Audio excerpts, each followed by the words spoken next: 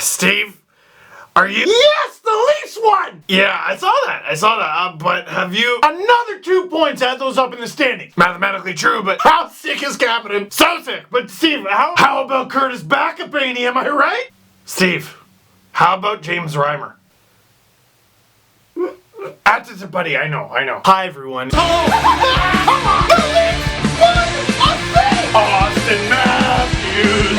Mono, wizardry, and Well, time for a rebuild. this team is ruining my life! Leafs win! 3-2 over the Florida Panthers, and oh my god, I don't think I've ever been so conflicted after a win in my life. I wanted the Leafs to get 2 points very badly, and they got it. But James Reimer had to leave that game after a serious collision with Brian Boyle, and it wasn't fun. It's only been a couple weeks since James Reimer's birthday. It's someone else's birthday today, and I was hoping they could help him out with a recovery. Oh, Sits, that's right. Birthday boys get birthday treats. Iggy, wave hello to Optimus. That's right. High five for 2 points. That's the same trick, basically. That's right. Puppies make everybody feel better, right?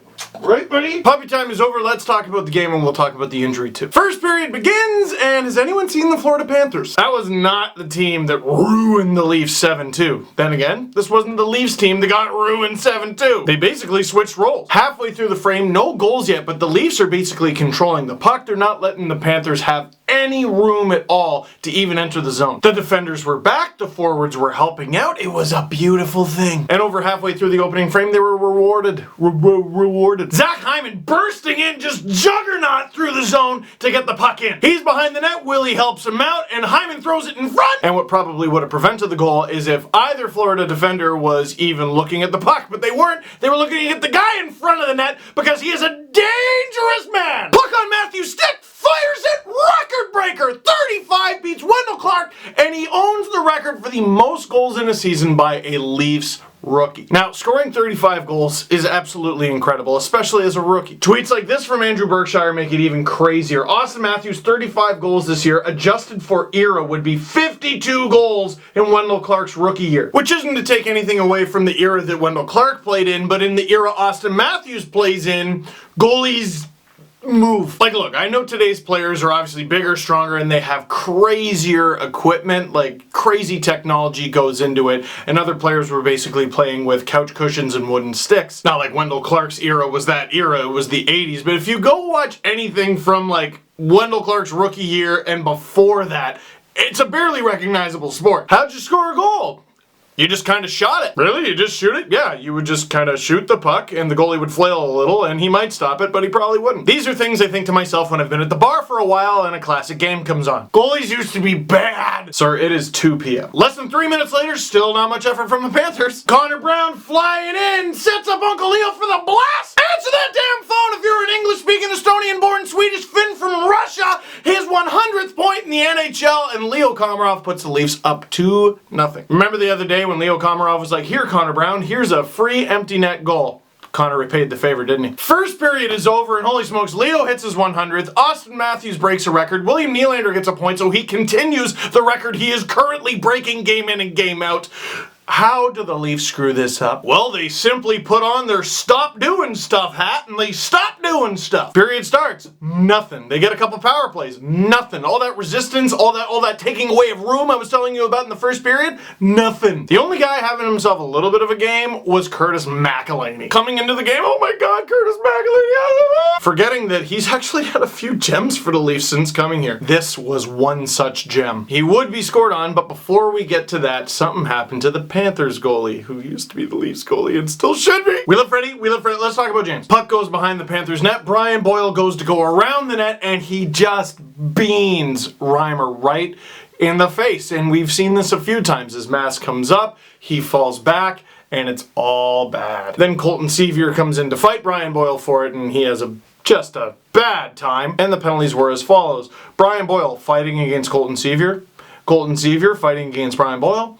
Brian Boyle slashing against Colton Sevier. Nothing called on the play in terms of goaltender interference or anything. I'm really conflicted about this. I saw a lot of people comparing this to the Brian Gionta beaning from a few years ago. The difference there is Reimer was right in his net, and Gionta just decided to come flying in. Here, Reimer was pretty far out. Did Brian Boyle hit James Reimer on purpose? Based on the replay, I say no. Was Brian Boyle a little bit reckless? Maybe. Should he be able to travel to the back of the net?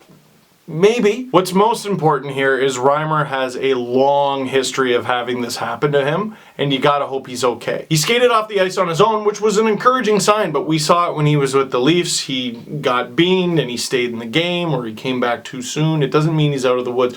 Could be done for the season, could miss a game, could miss nothing. I saw some people blaming Reimer, like, Reimer's gotta stop doing that. What, trying to cover up the puck like every goalie does? I'm reminded of a quote from Dean McCammon that I've told you many times. So he had a concussion history and he gets destroyed by a rookie Steve Downey. Reporter asked Dean McCammon, do you think you're prone to concussions? And Dean McCammon responded, no, I think I'm prone to traumatic blows to the head. Some people's heads just have magnets and it's not their fault. Again, he's got a history of this. He's got a brand new baby at home. All you want is a quick recovery here. Reto Berra replaces Reimer in net, and the Panthers continue what was actually a really good period up to that point. William Nylander doesn't do the best job of covering up Keith Yandle's passing lane. Austin Matthews doesn't do the best job of getting Riley Smith, and he tips it perfectly, backhanded, over Curtis McElhinney, and 2-1, it's only a 1-goal lead. The analysis on the broadcast was interesting because they were saying Matthews was like 6 inches to a foot out of position, but he was almost in perfect position. I can't help but feel like if it was a different player, the story would be different. Instead of 6 inches to a foot out of position, the player would simply be called out of position. That being said, I agreed with what they said. The credit belongs to Riley Smith. Now, we gotta talk about something remarkable. And I don't remember when it was, and it's not logged because it technically never happened. Roman Polak collides, I think, with Jonathan Huberdeau. Stick comes up, head goes back. Oh, hey, in the box there, Roman. Polak gets 2 minutes for high sticking. The ref announces it. It's on the board. Polak's in the box for it. But you watch the replay, it was a freak accident, and Polak's stick does come up, but it doesn't touch him in the face. What happened is Polak shot puts, Raiden punches the puck right into Huberdeau's face. You see, kids, Raiden was a character from Mortal Kombat. It was a very popular video game back in the day. Google it! Bang! Hits him right in the fotch, but it wasn't a high stick. There's no penalty for Raiden punching a puck into someone's face, which is a little strange. So it is definitely the wrong call. I'm freaking out at home, Babcock's freaking out on the bench, Polak's freaking out in the box, everyone's freaking out in the ACC, but they announced the damn thing, it's on the board and Polak's in the box. What do you want? The Leafs are about to have the game tied on a brutal penalty, I knew it! And then an amazing thing happened. The officials talked and decided no more penalty. Like that's it? Polak gets out of the box. I guess you could say the check bounced.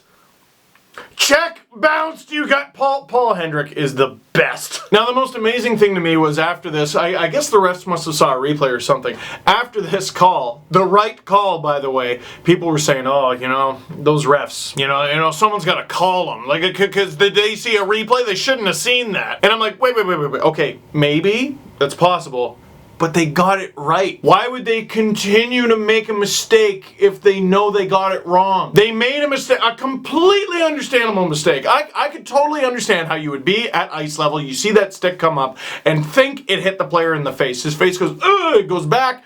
I'd make that call too. We all would. But upon, seeing the video replay, you would go, no call. Literally the perfect outcome, and still some people had a problem with it. I get why the Panthers and Panthers fans would be annoyed, but you have to admit it's the right call. Now, early in the third, we have some shenanigans going on. Because the Panthers look dead until Nazem Kadri blasts Alexander Barkov. Which, I'm not telling you not to hit, I'm not telling you not to be physical, but that did wake him up, didn't it? That is a strange thing, because generally speaking, you want to be the most physical, meanest, hardest to play against player you could possibly be, but the Panthers weren't playing up until that hit. Later in the game, Alex Petrovic hits Mitch Marner, and a lot of people got mad about that. Helmet comes off, it looks bad. Watching the replay of the hit, I'm like, does Alex Petrovic let up? Because that could have gone really, really bad. Well, the Leafs and Matt Martin certainly didn't see it that way, and I can't even say they blame him. Even if Petrovic did hold up, he's got to answer the bell. So about 3 minutes into the third period, Martin and Petrovic fight. Yeah, you tell them they can't touch. Why are the Leafs on the penalty kill? And after that big brave thing that Matt Martin did, he's in the box and the Leafs are shorthanded. Ironically, Mitch Marner serving the roughing minor. So now the Panthers have a chance to tie. That's okay. And then a beautiful thing happens just a few seconds into the penalty kill. Leo Komarov breaks out with Zach Hyman 2-on-1, sends a puck to Hyman, and 10! Zach Hyman snipes it, his 10th of the season, and 4th short-handed goal. By the way, continues a Leaf rookie record, a la William Nylander. All All three members of that line are record breakers, and it's 3-1. 10th goal of the season, 4th shorthanded goal. 40% of Zach Hyman's goals are shorthanded. I know math. I think I said this on the podcast, and I know a lot of you are down on Zach Hyman playing with Austin Matthews, and it certainly wasn't Austin Matthews who set him up on this play. It was Leo Komarov. But I watched Zach Hyman play this season, and I can't help but think he's just a couple little tweaks away from being real good. Like, I think he's good now. I think he has a skill set that a lot of players on the team don't have, but I'm talking in terms of offensive production. I think he has another tier. That's the beautiful thing about these rookies that I gotta remind myself they're gonna get better. And the Leafs kill off the rest of the penalty. Good. Good. They survive the first dumb power play that they give the Panthers. About 3.5 minutes later, William Nylander gets tossed around by Jason Demers. He doesn't like that and basically just cross-checks him right in the face. That is an easy penalty to call. Willie, why? And now the Panthers get an opportunity to get a goal off of the Leafs' second dumb penalty of the period. And they kill that off too. And McElhinney is just, paddle down, why is this a Columbus? No, you're not. You're a Leaf now. McElhinney holding the Leafs in this. Late in the game, it looks like the Leafs are well on their way to a comfortable 3-1 victory. And then the Panthers pull barrel. And then 1 minute and 8 seconds, Jake Gardiner trips Riley Smith. Not necessarily dumb, but it is a penalty, and it's now 6-on-4 for the Panthers